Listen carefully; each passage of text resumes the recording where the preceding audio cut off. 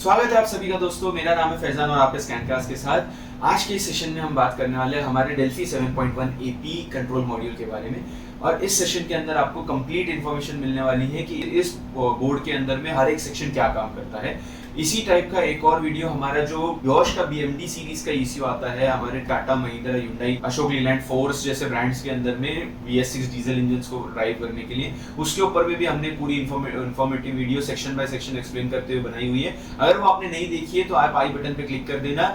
यकीन मानिए वो सेशन पूरा ट्रेनिंग लेने के बाद में आपको बहुत ज्यादा क्लैरिटी रहेगी कि आपके कंट्रोल मॉड्यूल के अंदर अगर प्रॉब्लम्स आ रहे हैं तो आपको कहां पर काम करना है, किस सेक्शन के ऊपर में प्रॉब्लम्स को आइडेंटिफाई करना है। सो आई बटन पे क्लिक करके आप उस वीडियो पे जा सकते हैं एंड ये वीडियो भी आप उसके बाद में कंटिन्यू कर सकते हैं। डेल्फी का जो हमारा बोर्ड है ये हमें टाटा, hyundai एंड महिंद्रा के अंदर में कॉमनली देखने के लिए मिलता है BS6 डीजल इंजन के अंदर में। एंड इस बोर्ड के अंदर काफी कॉमन प्रॉब्लम्स आ रहे हैं बिकॉज व्हीकल्स का जो सिस्टम है वो अब तक ऑप्टिमाइज नहीं किया हुआ है। ब्रांड्स ने जब ये मॉड्यूल्स गाड़ी में लगाए गए थे तो व्हीकल के सिस्टम इतने अच्छे से ऑप्टिमाइज नहीं थे कि वो इन बोर्ड को सही तरीके से यूज करके इनसे अपने फंक्शंस करा पाए। एंड इस वजह से काफी रेगुलरली हमको इश्यूज जो है MD1 में भी देखने मिलते हैं, डेल्फी में भी देखने के लिए मिलते ही हैं। एंड वो इश्यूज क्या है उनके ऊपर में भी आपको पूरी डिटेल मिलेगी आज इस वीडियो के अंदर में। सो एंड तक जरूर बने रहना।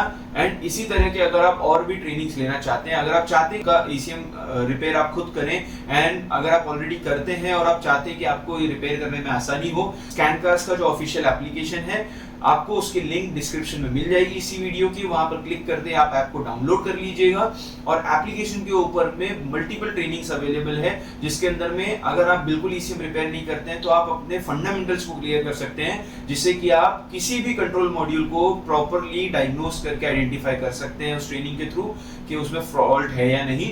एंड अगर आप ऑलरेडी ECU रिपेयर करते हैं देन आप तब भी एप्लीकेशन के ऊपर में बहुत सारा बेनिफिशियल डेटा पा सकते हैं। जैसे आपको डेल्फी के ऊपर में MD1 CS की complete circuit by circuit explanation के साथ में हर एक पर्टिकुलर फॉल्ट फाइंडिंग को एक्सप्लेन किया गया है, किस तरह से हर सेक्शन के अंदर अगर फॉल्ट आएगा तो आप उसको सही कर सकते हैं।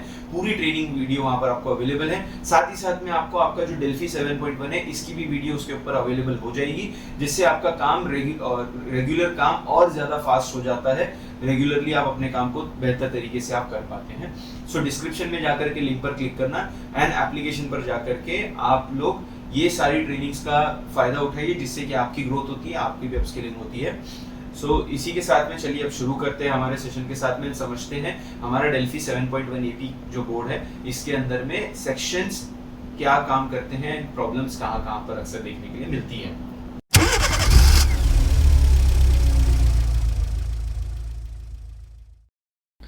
ओके, तो यहाँ पर आप देख सकते हैं आपके पूरे डेल्फी 7.1 का फ्रंट पैनल का ओवरव्यू जो आपके पिन्स के साइड में है, पूरा का पूरा section. So first of all जो नए लोग हैं यहाँ पर जो शायद कभी रिपेयर नहीं किए होंगे ECM, अगर किए भी होंगे तो उन्होंने डेल्फी पे काम नहीं किया है, तो फर्स्ट थिंग आपको जो पता होनी चाहिए, डेल्फी को अपने सिलिकॉन पे बहुत कॉन्फिडेंस है। सो उन्होंने इस पूरे बोर्ड के अंदर में कोई स्क्रू नहीं दिया हुआ है, ये डायरेक्टली सिर्फ और सिर्फ स्टिक किया होता है। तो आप ये जो लाइंस देख रहे हैं साइड में पूरे सिलिकॉन की, ये सिर्फ और सिर्फ सिलिकॉन के ऊपर में मजबूती से अपना स्टिक करके रखा गया होता है। एंड उसके बावजूद भी यकीन मानिए वाटर डैमेज का इसमें बहुत ज़्यादा प्रॉब्लम नहीं आता है, आसानी से ये बोर्ड ओपन होने वालों में से होते नहीं हैं। स्टिल जब ये बोर्ड आप एक बार ही ओपन कर लेते हैं अपने कोशिश करके सही तरीके से ट्रिक्स अप्लाई करके, तो उसके बाद में आपको ये प्रॉब्लम नहीं देखने मिलेगी। आप एक बार ओपन कर लेंगे तो ओपन करने के बाद आपके पैनल्स अलग हो जाएंगे। मोस्टली जो है ये फ्रंट पैनल जो आपका ये जो फ्रंट सेक्शन है, इस साइड का सेक्शन है, ओके, ये हम बैक पैनल इसको रेफर करते हैं अभी से। एंड ये हमारा फ्रंट सेक्शन होगा। फ्रंट सेक्शन का जो ये पूरा का पूरा आपका कपलर है, ये कपलर बहुत ज़्यादा मजबूती से जो है पूरा सिलिकॉन लगा करके रखा गया होता है। आप देख सकते हैं यहाँ पर इसको ओपन करते वक्त में कपलर को काफ़ी डैमेज भी पहुँचा हुआ है, प्लास्टिक सेक्शन को। सो ये डेल्फी के बोर्ड्स पे अक्सर लोग जो है ना बोल देते हैं या इसके ऊपर काम नहीं करने की बात करते हैं बिकॉज ये बोर्ड ओपन होने के लिए इतना टाइम लगाते हैं कि मीनवाइल में आप और एक दो बोर्ड रिपेयर करके सही करके बंद करके भी किसी को दे दोगे, समटाइम्स इतना ज़्यादा टाइम लग जाता है अगर आपने इनिशियली टेक्निक गलत इस्तेमाल की तो। इसीलिए बोर्ड ओपन करने के वक्त में ताकत की बात नहीं होती, हर बार टेक्निक्स आर वेरी इंपॉर्टेंट कि आप क्या टेक्निक यूज़ कर रहे हो, एंगल्स क्या है आपके, आप टूल क्या इस्तेमाल कर रहे हो, आप लिक्विड कौन सा इस्तेमाल कर रहे हो उसको ओपन करने के लिए। सो वो सारी चीज़ें डिटरमाइन करेंगी कि आपका बोर्ड कितनी अच्छी तरीके से ओपन होता है एंड बिना किसी डैमेज। तो यहाँ आप देख सकते हैं कोई डैमेज हुआ नहीं है, सिवाय हल्के से ब्रूजिंग के कपलर के साइड में कोई दूसरा डैमेज आपको यहाँ पर देखने के लिए मिलता नहीं है। अब बात करते हैं इस बोर्ड के ऊपर में हर एक सेक्शन क्या काम करता है। So we will start right from, ये हमारे सारे जो लाइन से हमको मॉसफेट्स दिखाई दे रहे हैं। सो यहाँ जो आप मॉसफेट्स देख सकते हो ये पूरे आपके इंजेक्टर ड्राइवर के मॉसफेट्स है, ये सारे के सारे मॉसफेट आपके इंजेक्टर ड्राइवर्स हैं।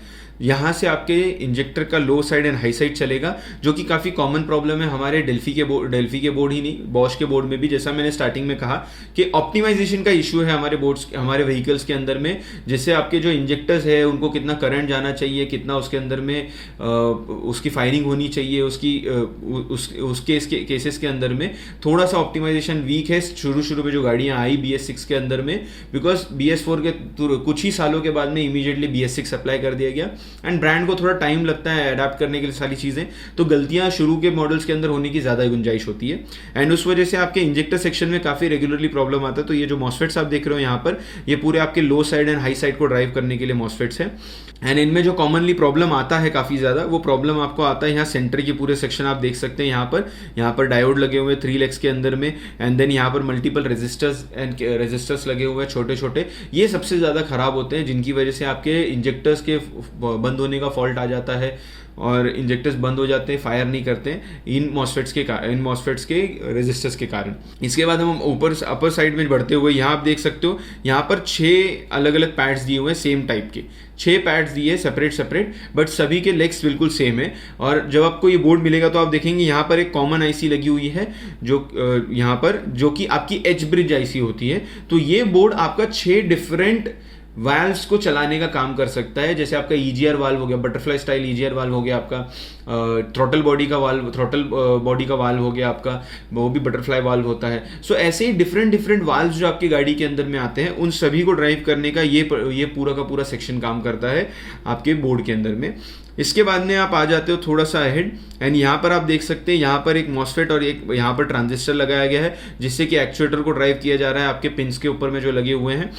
आफ्टर दैट आपका कैन का सेक्शन आ जाता है, जो आप कैन का सेक्शन ठीक इस पर्टिकुलर हिस्से में देख सकते हो। तो ये जो आप रेजिस्टर्स देख रहे हो सारे उसके आसपास में, ये पूरे के पूरे फिल्टरिंग रेजिस्टर्स है, जो कि आपके फिल्टर करके आपके कंट्रोलर तक जो सिग्नल जाने वाला है उसको पहुंचाते हैं। मेजॉरिटी टाइम अगर आपके बोर्ड के अंदर सेंसर्स का इशू है, आपके बोर्ड में सेंसर का रेफरेंस का इशू है, तो वो टाइम पे आपको इसी पर्टिकुलर सेक्शन पे आना है। ये सेक्शन से आपको चेक करना है कि आपका एग्जैक्टली रेजिस्टर्स यहाँ के ओके है या नहीं, जिससे आपका क्लैरिफाई होगा कि आपका सेंसर्स के रेफरेंसेस एंड सेंसर का जो सिग्नल्स है वो प्रॉपरली ट्रैवल करेंगे या नहीं करेंगे आपके बोर्ड के अंदर में। देन आपका यहाँ पर कैन सेक्शन आ जाता है। तो यहाँ पर ये छोटी सी आईसी आप देख सकते हो, यहाँ पर बहुत छोटी सी आईसी आपको देख रही होगी यहाँ पर, तो ये आपकी कैन की आईसी है। यहाँ पर 2 कैन आईसी लगाने का ऑप्शन दिया हुआ है, इस तरफ एक और उसके ठीक बाजू में एक और एक, बिकॉज BS6 के बोर्ड के अंदर में एग्जॉस्ट के सेक्शन को एक सेपरेट कैन लाइन दी हुई है, जिससे कि ECM आपका कम्युनिकेट कर सके डोजिंग मॉड्यूल के साथ में। वो ऑप्शनल होता है, कुछ ब्रांड्स उसको इस्तेमाल करते हैं, कुछ ब्रांड्स अपने ECM से ही डोजिंग मॉड्यूल को कंट्रोल करते हैं। जो ब्रांड नहीं करते हैं वहां पर उसका अपना मॉड्यूल है, यूरिया का कंट्रोल मॉड्यूल आपका छोटा सा लगा होता है, वो मॉड्यूल आपका डायरेक्टली इससे कम्युनिकेट करता है। एंड तब यहाँ पर एक सेपरेट कैन लाइन आएगी, जिसको एग्जॉस्ट कैन करके कहा जाता है कि ये एग्जॉस्ट साइड की कैन लाइन है। कैन लाइन के बारे में यहाँ पर आपका कंट्रोल एरिया नेटवर्क की बात करने का, ये आप देख सकते हैं यहाँ पर आपके टर्मिनेटिंग रजिस्टर है 60R4 के दिए हुए यहाँ पर। सो आपका जब कैन लाइन में इशू होता है तो हम पिन पर चेक करते हैं कि ये रेजिस्टेंस ओके है या नहीं, 120 ओम्स टोटल मिला के आनी चाहिए, अगर नहीं आ रही है दैट मीन्स फॉल्ट है। आफ्टर दैट फिर हम लोग आ जाते हैं हमारे लोअर सेक्शन के ऊपर में। सो ये रिमेनिंग जो आप पूरा हिस्सा देख रहे हो ना, ये पूरा हिस्सा आपके सेंसर्स के लिए, सेंसर के सिग्नल को ड्राइव करने के लिए है।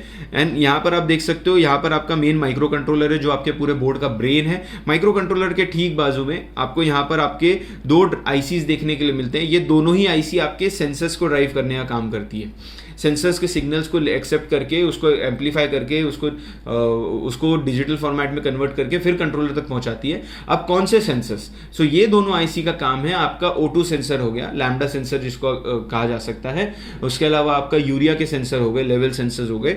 ये जो एडिशनल सेंसर्स जो BS6 में, BS4 में नहीं थे, BS6 में लगाए गए, उनको ड्राइव करने के लिए इन आईसीज को लगाया गया है। बिकॉज आपका माइक्रो कंट्रोलर जो यहाँ लगाया है वो ऑलरेडी उस काम को नहीं कर सकता है पहले से, इस वजह से उसके लिए एक सेपरेट आईसी लगाई गई है। इन फ्यूचर आपको ये दोनों आईसीज भी आपके कंट्रोलर के या तो एक मेन प्राइमरी आईसी के अंदर में देखने मिलेगा कंबाइंड होकर के। देन आपका यहाँ पर पूरा पावर सप्लाई का सेक्शन आ जाता है। ये पूरा आपका पावर सप्लाई का सेक्शन है जिससे आपका पूरा बोर्ड ड्राइव किया जा रहा है, आपके पूरे बोर्ड को सप्लाई दे रहे हैं। एंड माइंड यू, ये पर्टिकुलर आईसी जो है इसकी डेटा शीट कहीं भी अवेलेबल नहीं है, ये सिर्फ आपको स्कैनकास्ट के एप्लीकेशन पर ही मिलेगी। वहाँ पर आप आईसी डेटा शीट अवेलेबल कर सकते हैं इसकी भी। एंड साथ ही साथ में ये बाकी के जो सेंसर्स, बाकी की जो आईसीज है, ये आप यहाँ पर आपकी जो दो आईसीज लगी हुई है, ये सारे के सारे जो सेंसर ड्राइविंग आईसीज है, ये आईसीज को ड्राइव कर की जो डेटा शीट्स हैं वो आपको सिर्फ और सिर्फ स्कैनकास्ट के एप्लीकेशन पर ही अवेलेबल होगी। ये हमने अपलोड की रखी है आईसी डेटा शीट के सेक्शन में, तो आप वो भी अवेलेबल कर सकते हैं एप्लीकेशन के ऊपर जा करके। एंड आफ्टर दैट फिर हम लोग आ जाते हैं हमारे सेकंड माइक्रो कंट्रोलर के ऊपर। ये वो माइक्रो कंट्रोलर है जिसके अंदर में मेजॉरिटी आपका डेटा पूरा का पूरा अंदर लॉक किया गया है। तो जब आप रीड राइट करते हैं, आप अगर आपके टूल यूज़ कर रहे हैं, आप चाहे KT200 यूज़ करें, KT फ्लैश यूज़ करें, वो टूल यूज़ करें, तो ये पर्टिकुलर आपका माइक्रो कंट्रोलर जो है इसका डेटा रीड किया जाता है एंड देन इसी के ऊपर राइट किया जाता है। सो ये आपका मेन ब्रेन है, प्राइमरी ब्रेन है, ये सेकेंडरी है। आफ्टर दिस, इसके बाद में आप यहाँ पर जो जितना भी सेक्शन देख रहे हैं, ये पूरा का पूरा, ये पूरा सेक्शन आपके माइक्रो कंट्रोलर के सिग्नल्स को बोर्ड के अंदर में ट्रैवल कराने का काम करते हैं एक से दूसरे साइड के अंदर में। ये हो जाती है बात हमारे बैक साइड सेक्शन की। ये पूरे सेक्शन के ऊपर में क्या काम कराया जा रहा है, जितने भी यहाँ पर आप एडिशनली रेजिस्टर्स एंड कंपोनेंट्स देख रहे हो, वो सारे के सारे फिल्टरिंग करने के काम कर रहे हैं। सो बिकॉज आपके आईसीज को सोफिस्टिकेटेड करके ज़्यादा इंटीग्रेटेड और ज़्यादा इंटीग्रेटेड बना दिया गया है, तो आपको बोर्ड पर ज़्यादा कुछ ये सर्किट्स के अलावा, हमारे प्राइमरी सर्किट्स के अलावा देखने के लिए नहीं मिलेगा। सो आशा करता हूं दोस्तों कि आपको इससे क्लैरिटी आई हो कि ये पूरा बोर्ड क्या, इस पूरे बोर्ड का लेआउट किस तरह से बनाया गया है, कौन से सेक्शंस के अंदर में क्या काम हो रहा है, एंड कई कुछ कॉमन प्रॉब्लम्स मैंने आपको बताए हैं जो इस बोर्ड के अंदर में आते हैं। सो ये सारी इन्फॉर्मेशन के मदद से मैं चाहता हूं कि आप लोग अपने काम को अच्छे तरह से और बेहतर तरीके से करें, एंड उस काम को और बेटर तरह से और बेटर आप करना चाहते हैं, सो आप डिस्क्रिप्शन में दिए लिंक पर चली जाइए, वहां से आप एप्लीकेशन डाउनलोड कर लीजिए स्कैनकास्ट का। एंड ये पूरे बोर्ड के ऊपर में ट्रेनिंग पूरी वहां पर प्रोवाइडेड है, वहां पर आपको कंप्लीट ट्रेनिंग देखने के लिए मिल जाएगी, और साथ ही साथ में MD सीरीज के ऊपर में भी ट्रेनिंग कंप्लीट देखने के लिए मिलेगी। अभी लाइव क्लास इस पर चालू है MD1 सीरीज के ऊपर में, जिससे कि आपको ये हमारे साथ में लाइव में इंटरेक्ट करते हुए इस बोर्ड को पूरा सीखने के लिए मिलेगा। एंड आफ्टर दैट आपको डेल्फी का भी पूरा सीखने के लिए मिलेगा। सो देरी मत कीजिए, लिंक पर क्लिक कीजिए, वहां से आप आगे जाइए। एंड साथ ही साथ में और भी आपके जो IC data sheets and ECM pinout जो हमें इस काम को करने के लिए मदद करते हैं, आप वहाँ एप्लीकेशन के ऊपर ही आप अवेलेबल कर सकते हैं, ताकि आपका काम और ज़्यादा आसान हो। सो आशा करता हूँ दोस्तों आप सभी को बेहतर काम करने के लिए मदद होगी इस वीडियो से। वीडियो को लाइक कर देना, चैनल को सब्सक्राइब कर देना, ताकि ऐसे ही वीडियोस और आपको रेगुलरली मिलते रहे। Thank you so much, take care, मिलते हैं नेक्स्ट वीडियो में।